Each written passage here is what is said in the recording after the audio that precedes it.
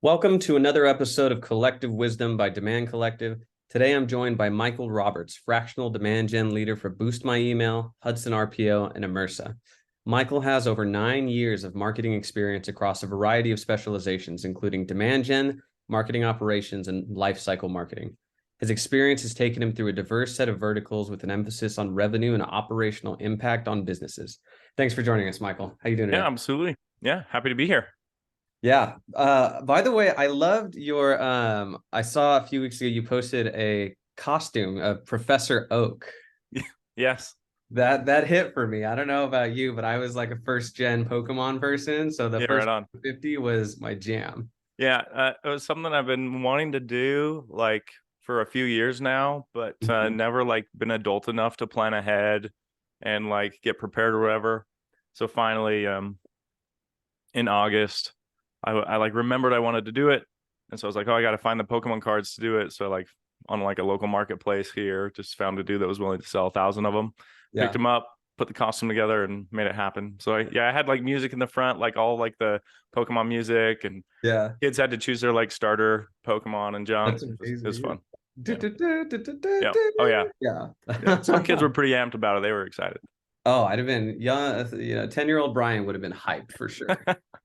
Yeah. Um, so maybe if you could walk us through a little bit of your journey as a marketer, so like I saw you originally started off kind of before you got into marketing, you started off doing a bunch of different stuff. Like you were a bank teller, Yeah. you worked as a counselor at a youth camp, you Yeah. a lot of what, and then a music instructor as well. So how does someone have like a range of things like that end up into such a specialized role like marketing? And you've been doing it for 9+ years now, right? Yep. Your first role was like a marketing intern. What Yep. does that look like? Yeah. So the story, so I even go back like, so when I got home from serving a church mission in Italy, I lived in Italy for 2 years and then came home, and then that's when I started college. But I had um no idea what I wanted to do. My part of my problem was I liked everything. And so everything was really interesting to me. And so, that experience probably actually shows a little bit of that. So I did like a youth counseling thing that first summer I was back. And then just toyed around, man. I probably visited every school at the University of Utah to talk to like the career counselors there. I mean, I'm talking about like physical therapy, music composition, photography, business education. Like I swear I went into every building. I could never like choose. So spent time in generals and uh kind of bounced back and forth, and ultimately being unable to make a choice through like a business class, landed on accounting. And because the job prospects were good, I'm like, well, if I can't make a choice, they say that this is a good job, and so I'll head that way. And so ended up in the business school, and there was a professor. There was like they made you take this like intro to business philosophy class where you went through a bunch of like philosopher stuff, like typically what you would think is more religious stuff, but like all of their views on business. Yeah. And he made this like offhanded comment. A kid had asked a question, and he was like, they ended up comparing accounting versus marketing. Hmm. And the professor was like, look, if you're into puzzles, I think accounting is a great fit for you. But if you would rather play risk, excuse me, risk, then marketing's probably a better choice. And I was just sitting there. I'm like, well, freak, I'd way rather play risk than do a puzzle all day long. So I made sure I got in a marketing course the next semester, and liked it more enough that I was like, okay, I'd rather make this switch. It seems more fun. And the rest is history. Like I just stuck there and ended up finding internships and getting into it, and that's essentially how the path started. Was just this offhanded comment in a business class about games. So That's an amazing origin story. I think I often think back to pivotal moments like that where I realized all it took was, this 15-second experience that like altered the course of life. yeah, You know, that's yeah, amazing. Also, that I is love risk too, so 100% that makes true. a lot of sense. Yeah, that professor has no idea. He was kind of a quirky dude too, like, Yeah. but like changed everything for me. So I'm grateful. It's been good. Yeah, yeah, that's amazing.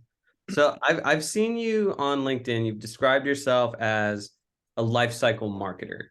And the Yep. definition a lot like growth marketing, demand gen, these all seem to differ based on who you ask, what the company is.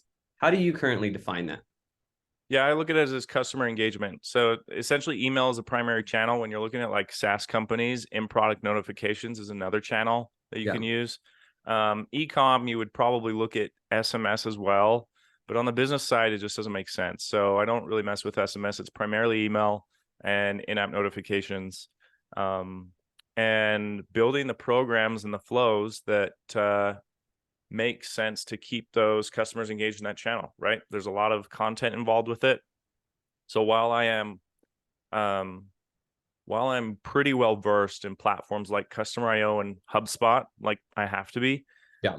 I kind of pride myself a little bit more on the program content strategic side of it, like getting into buyer behavior, what consumers might want to expect from brands when they sign up for a free trial or start a freemium account, and then what that engagement looks like. And I put all of those communications into essentially 4 buckets.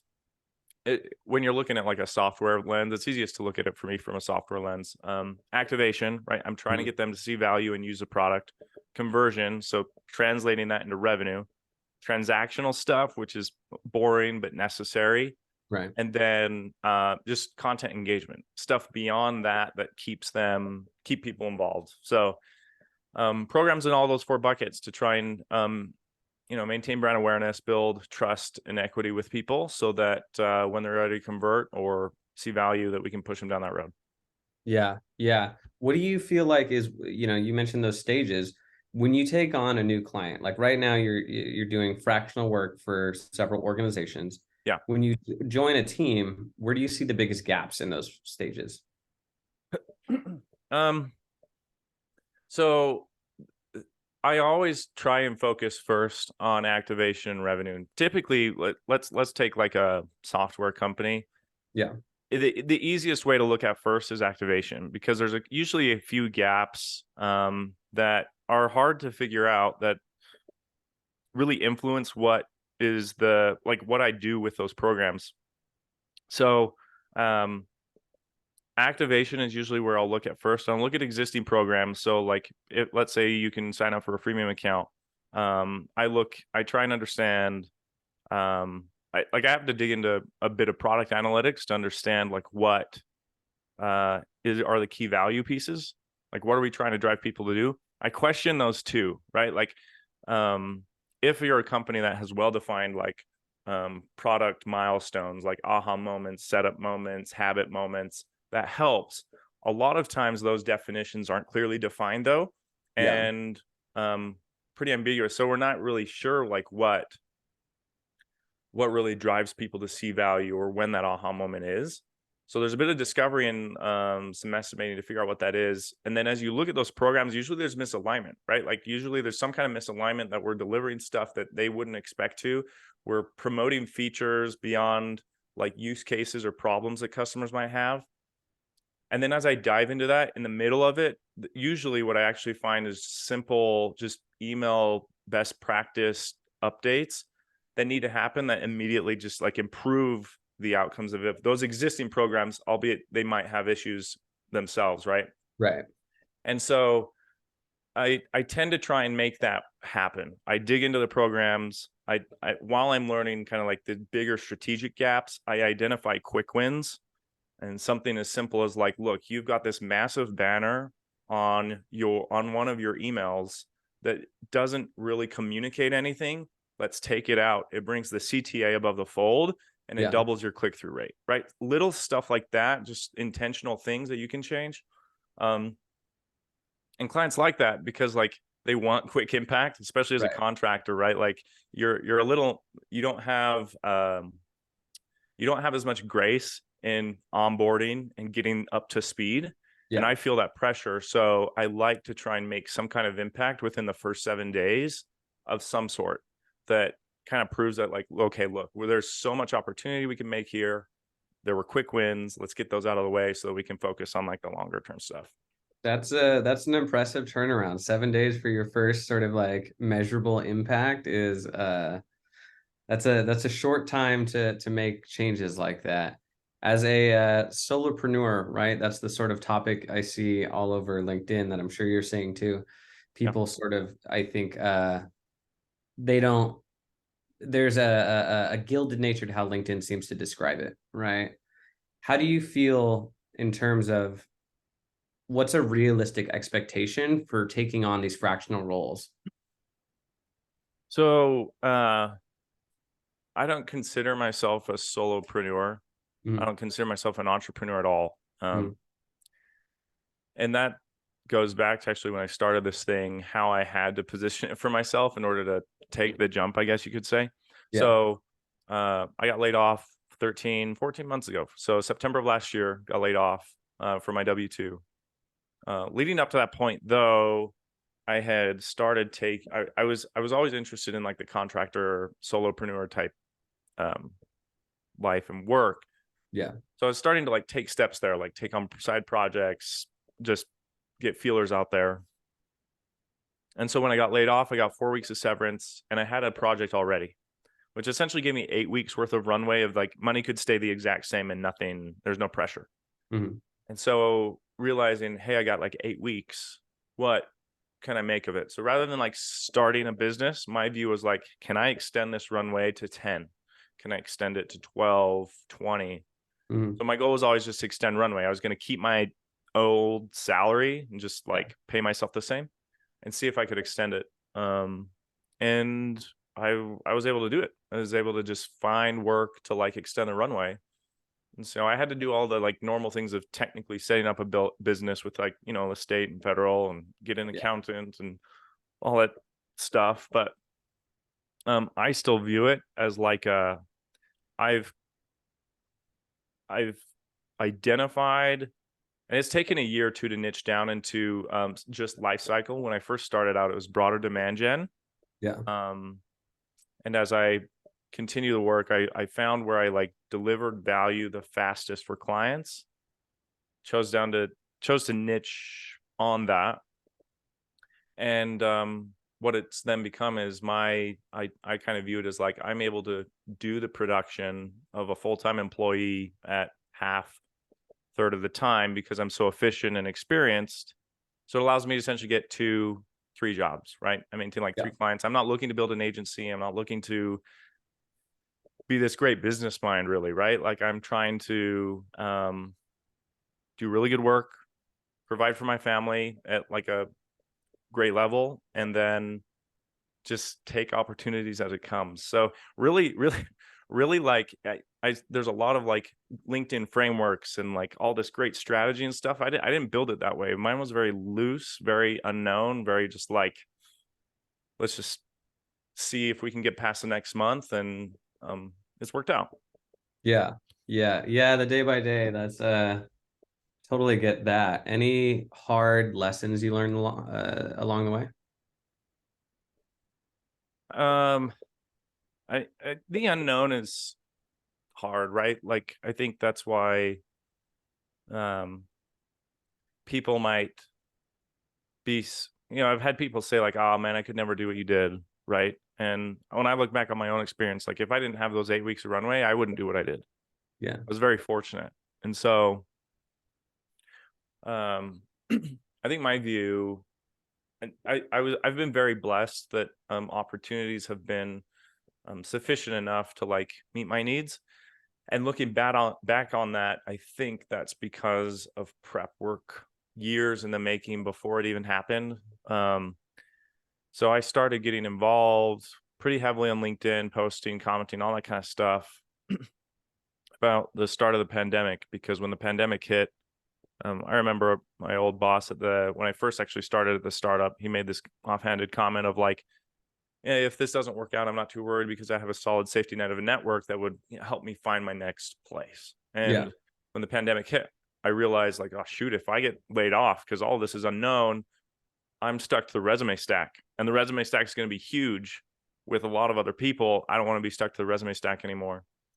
And so I just, committed to being more active, trying to build relationships and stuff. And without knowing what the goal, simply the goal being like, hopefully it leads to opportunities. I don't know what kind, I don't know what it'll lead to, but I know everybody says networking is what you got to do. Yeah. And, but like, so that's a 2.5 year prep thing. I had that going for 2.5 years with no dollar one because of it. Yeah.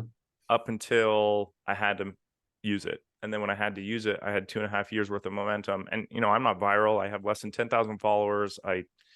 My posts get maybe 25, I can get up to maybe the 80s if I do really well, but 10 to 25, reactions. So nothing spectacular, rather, unnoticed, but it's enough still to like make it work, which is, is motivating. And I think for anybody, whether you're trying to start a solo thing or whether you're just looking for opportunities as a new W2, like there's so much benefit from just increasing the number and depth of relationships you have that like opportunities will just end up coming.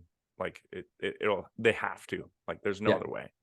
Yeah, I tell every young professional I talk to, who ask for advice, they kind of go what do you do? I go, LinkedIn, get on there, meet, like, don't even like, just extend the network, get involved in your space that you want to be a part of, become a voice. Don't pretend to be an expert that you're not, if you aren't, but like sincerity, authenticity, and asking the right questions goes so far. And I know LinkedIn has like legitimately changed my life in terms of the opportunities it's presented. So I totally relate to you there. Yeah, and it can be beyond just LinkedIn, right? Maybe there's other social channels that work for you. Maybe there's like I don't, there's no single way. It was LinkedIn for me too, right? And I don't have great followings on any other channel at all. Like, which, is high risk in the sense of like at the beginning, actually, when I got laid off, I had a sales nav account, lost it, but continued sort of my like same sort of aggressive outreach and messaging and stuff. LinkedIn shut me down, like suspended my account for several days, and it happened 4 or 5 times. Oh man. And so I'm trying to start this business and find clients, and my whole network is predicated just on this social channel, and it got taken away.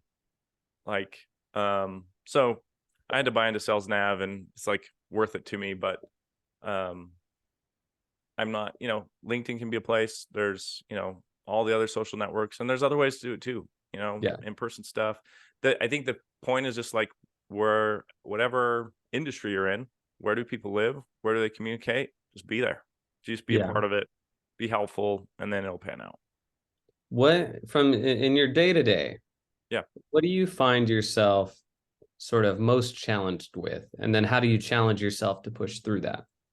I always question my not ability, the reality on like how much impact I'm driving, like every day.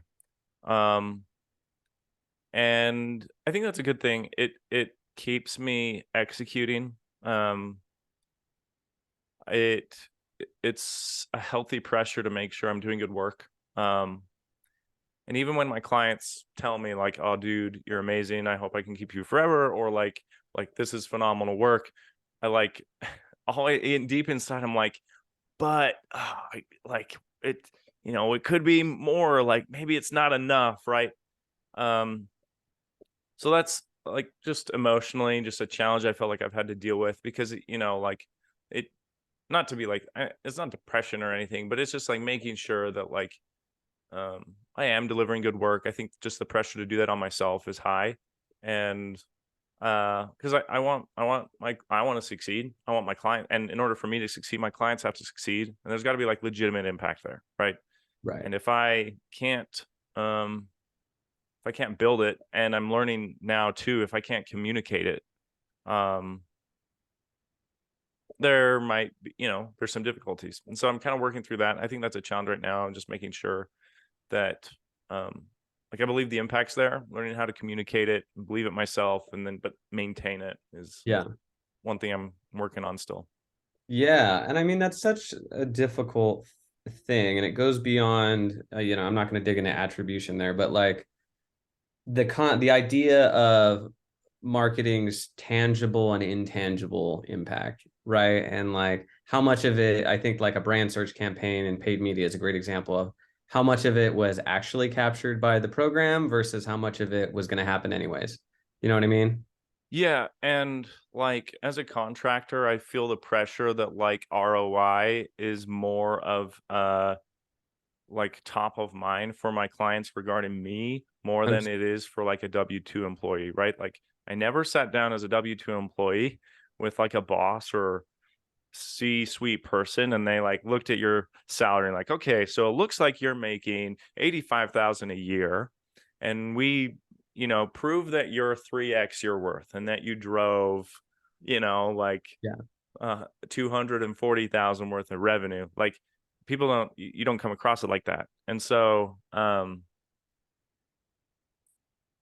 the attribution's tough. And there's no great answers, and there's tons of opinions online about it.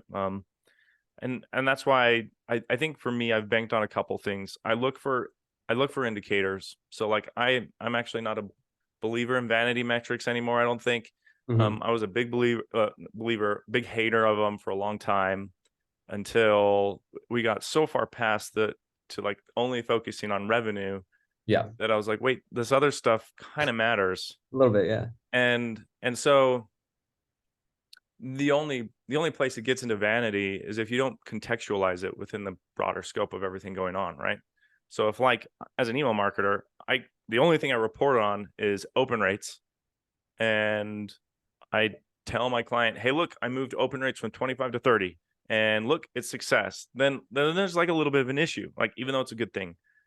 But if I tell the story of why and how it, maybe we increased open rates and volume of email sent, right?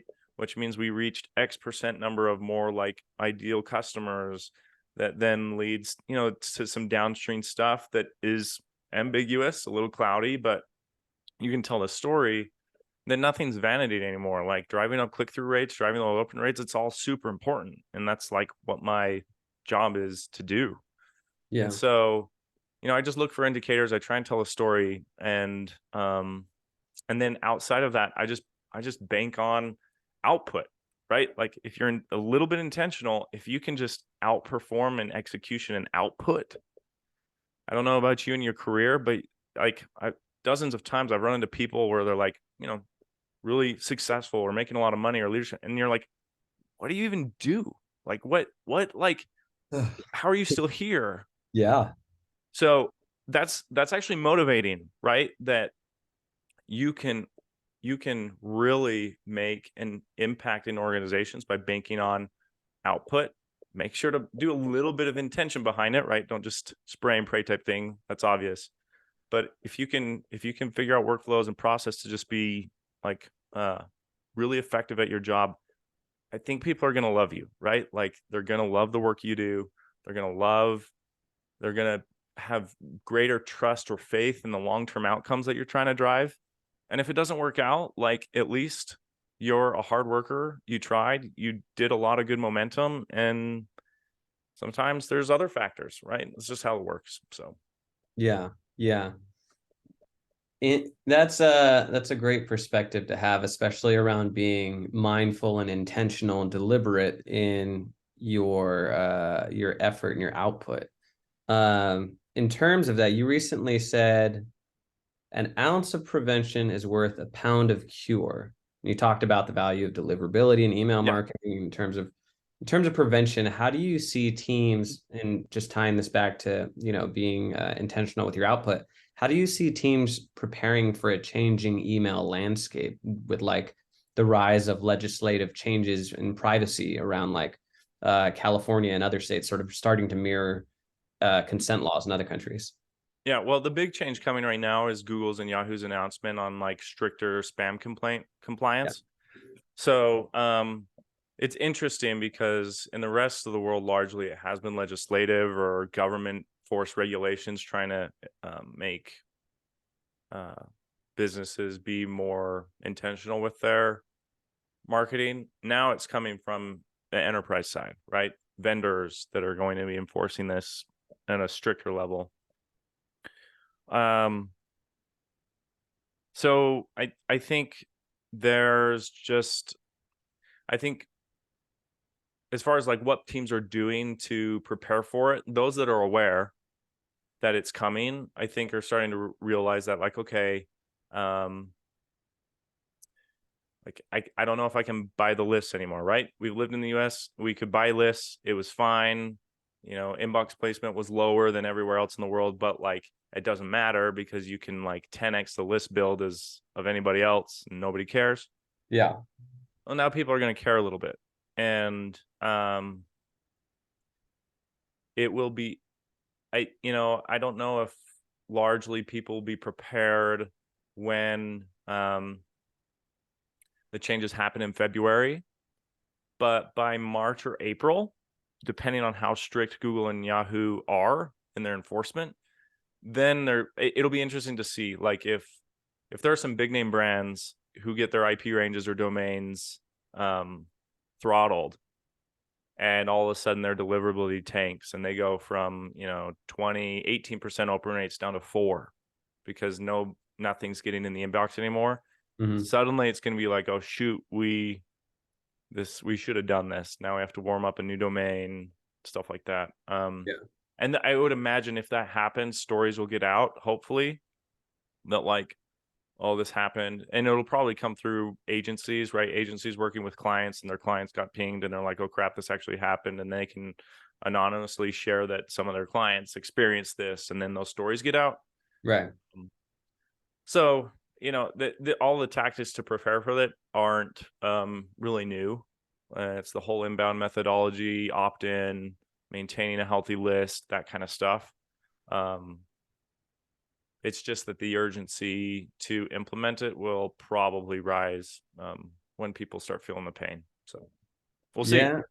Email is a tough cookie because when it's done really, really well, it can be one of the most effective channels out there. But when it's done with a disregard for compliance, with a disregard for intent, then it can be one of the most damaging channels to your brand. Yeah.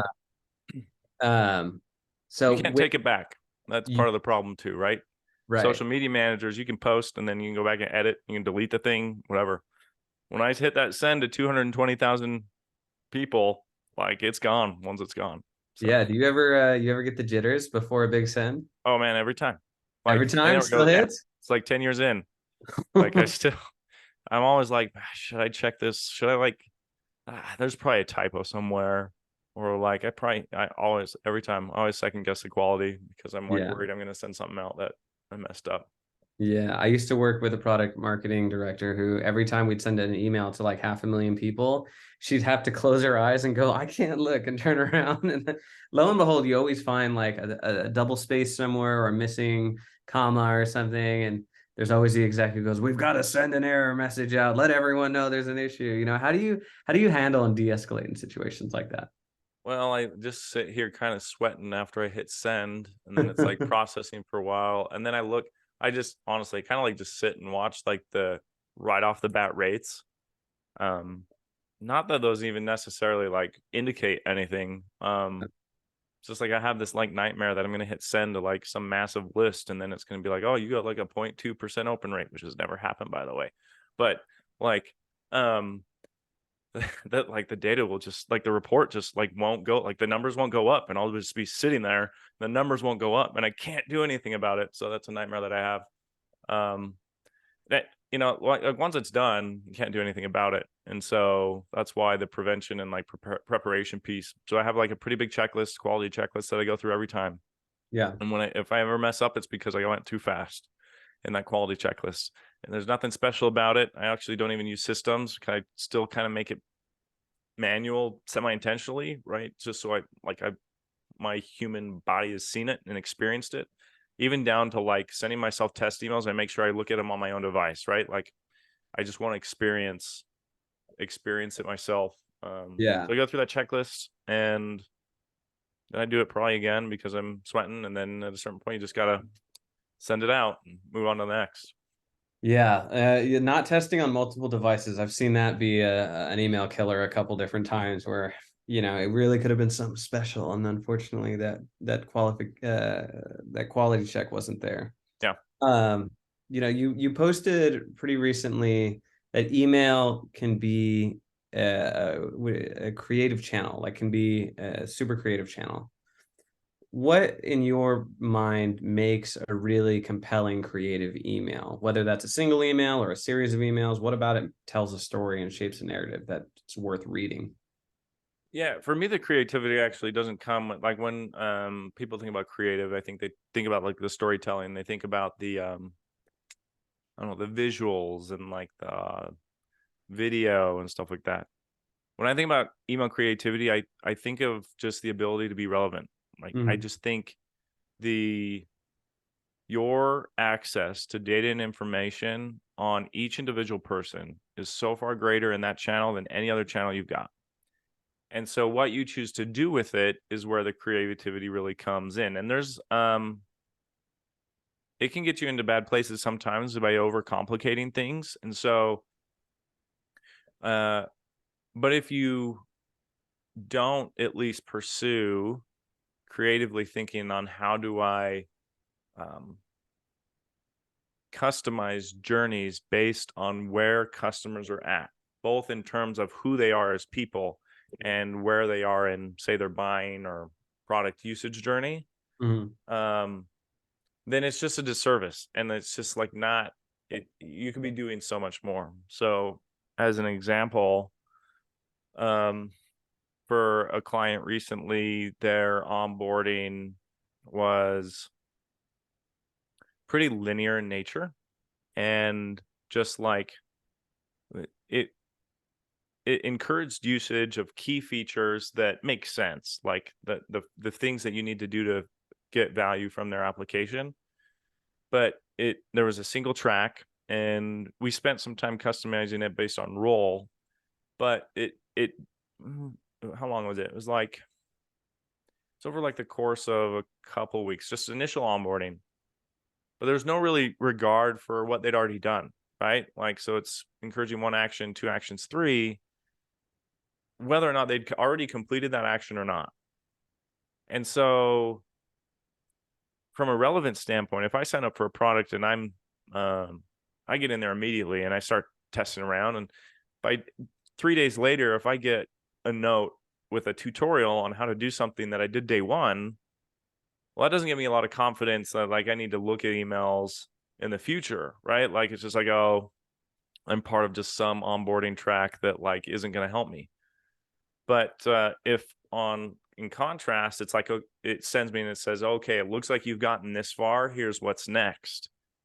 Then for those that open it, the relevance is just another level. That's the creative side that I think is really interesting. And so, um, and then you work with the creative and the language and the copy, imagery, whatever. There's that other creative side. But I think that's where the really fun, impactful creativity has to be for somebody like me. Yeah, yeah, and that's interesting too because it sort of mirrors that narrative you have to tell in terms of contextualizing data, like you talked about before, like contextualizing data on one end to your clients and the companies you're working with, and contextualizing the relevance, right? This user journey, right? Making sure that you're in line with what their experiences, and then leading them in a way that's going to be helpful to that journey they've already experienced. Yeah, yeah. I mean, like in social media, LinkedIn land, like everybody talks about personalization, right? And it's all good and well. Yeah. It's all good. These are all right principles. The nitty gritty of like actually getting into what that looks like is um difficult because it can get really complex. Um Enough that like either you build a lot of systems that nobody knows how to manage, Yeah. or you just give up and then you don't do anything about it and everybody gets the same blanket slate and it just falls flat. So um yeah, there's a balance in there somewhere of and that's what you have to do. I wouldn't say like there's a lot of testing, I guess there is, but just a lot of intentional work, right? Being intentional in like how you customize and personalize, but also intentional in how you build something that scales, is easy for other people to understand, because you're going to leave someday and you want people to be able to come in and understand how it works so they can pick up off your work and do something greater. So Yeah. Yeah. Um, that's great. So I've got one last question for you for we're at time here. Do you have a hot take in marketing? Uh, this is an increasingly less hot take because I see it more and more. Mhm. And honestly, I probably got it from somebody else, but it rang true with me. I think we overestimate A/B testing, the impact of it. I think we waste a lot of time trying to do it, and there's other things we could be doing that are more important. I've I've done hundreds of like subject line A/B tests, right? Like, and even still on like bigger like broadcasts or sends, I'll put something in place. Um, I swear, 99% of them were not. There was no measurable outcome, Yeah. right? Better or worse. And so if I'm spending a lot of time trying to test for that stuff, and then heaven forbid, like you're doing that thing, you're doing A/B testing, but you don't even have really the volume to merit like any sort of statistical significance, startups, all that kind of stuff. I mean, you need some really good volume to make tests worth it. Yeah. Then you could probably just be doing better stuff, just other stuff that's more important. And uh so A/B testing always looks and sounds good, like you're trying to be intentional, and like I guess there is a world where um, tiny incremental improvements over the long run yield greater results like that. That's kind of like the whole point. But um,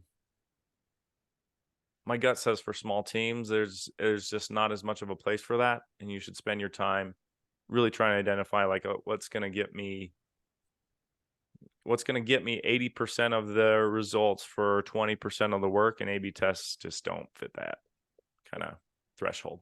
Yeah. No, I think that's a great take. That's something I agree. I've seen a few people start to surface it a little bit, but it's still, I think, a pretty spicy thing that a lot of people aren't willing to admit. Yeah, I mean, Uh, if I was, and granted, that take two for context, I've always worked on small teams, right? And yeah, I've worked on, which means you wear a lot of hats, and you really do have to identify impact. If you're like a email marketing specialist where your role is to figure out the best subject lines, and you're working for some massive company that has like 40 million people in their database, because it's a different story. Like that's the whole right. point of your job, right? Yeah. But if you're lean, I just think there's more to be done elsewhere. Yeah. An incremental gain at that size becomes the difference of millions of dollars Yeah, versus, exactly. yeah. Totally. Well, I appreciate you joining us today, Michael. Just gonna go ahead and sign off here. Thanks for joining us for another episode of Collective Wisdom, and thank you, Michael, for being our guest today. Really look forward to seeing the great work you continue to do as a demand gen leader. For those watching, if you're a demand marketer looking for a tight-knit community of demand gen experts, be sure to apply to our community, Demand Collective, at demandcollective.io. Thanks again, Michael, for chatting with us today. Yeah, absolutely. Thanks, Brian.